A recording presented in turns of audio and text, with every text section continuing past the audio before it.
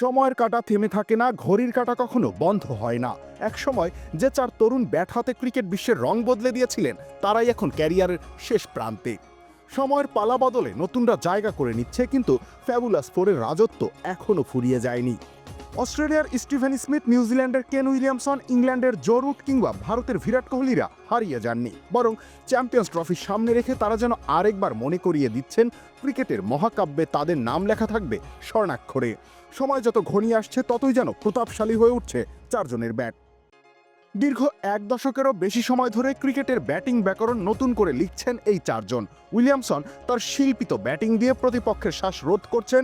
Root test আর one day দুই ফরম্যাটেই ব্যাটিংয়ের এক নতুন সংজ্ঞা দিয়েছেন। স্মিথ তার অদ্ভুত ব্যাটিং স্ট্যান্স আর অসাধারণ টেম্পারমেন্ট দিয়ে পরিণত হয়েছেন আধুনিক যুগের অন্যতম সেরা ব্যাটারে। আর কোহলি, তিনি তো এই প্রজন্মের সবচেয়ে আগ্রাসী এবং আবেগী নেতা, যার ব্যাট কথা বলে সেরা মঞ্চে, কঠিন সময়েই। ম্যাজিক হার্বাল টুথপেস্ট দূর করে দুর্গন্ধ সৃষ্টিকারী দাঁতের সমস্যা।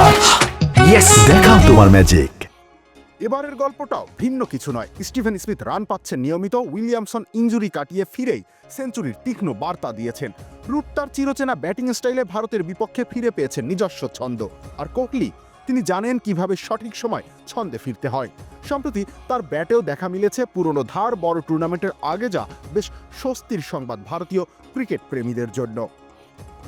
তবে বাস্তবতা হলো, এই ফ্যাবুলাস ফোরের সময় ফুরিয়ে আসছে। 2011-12 সালের পর থেকে তাদের লড়াই, তাদের পারফরমেন্স, তাদের দ্বৈরথ ক্রিকেট বিশ্বকে মোহিত করে রেখেছে। কিন্তু বয়স থেমে থাকে না, নতুনদের জায়গা করে দিতে হয়। তাই হয়তো চ্যাম্পিয়ন্স ট্রফি হবে তাদের শেষ কোনো বড় টুর্নামেন্ট, যেখানে তারা একসঙ্গে রাজত্ব করবেন। শেষ অধ্যায় সবসময় আবেগঘন হয়, শেষ নাচটা হতে পারে সবচেয়ে সুন্দর। চ্যাম্পিয়ন্স ট্রফি কি তবে তাদের ওয়ান লাস্ট ডান্স? উত্তর লুকিয়ে আছে সময়ের ঝুলিতে। কিন্তু নিশ্চয়ই ক্রিকেট প্রেমীরা চাইবেন শেষবারের মতো এই চারজনের উড়ন্ত ব্যাটকে আরও বেশি করে উড়তে দেখতে।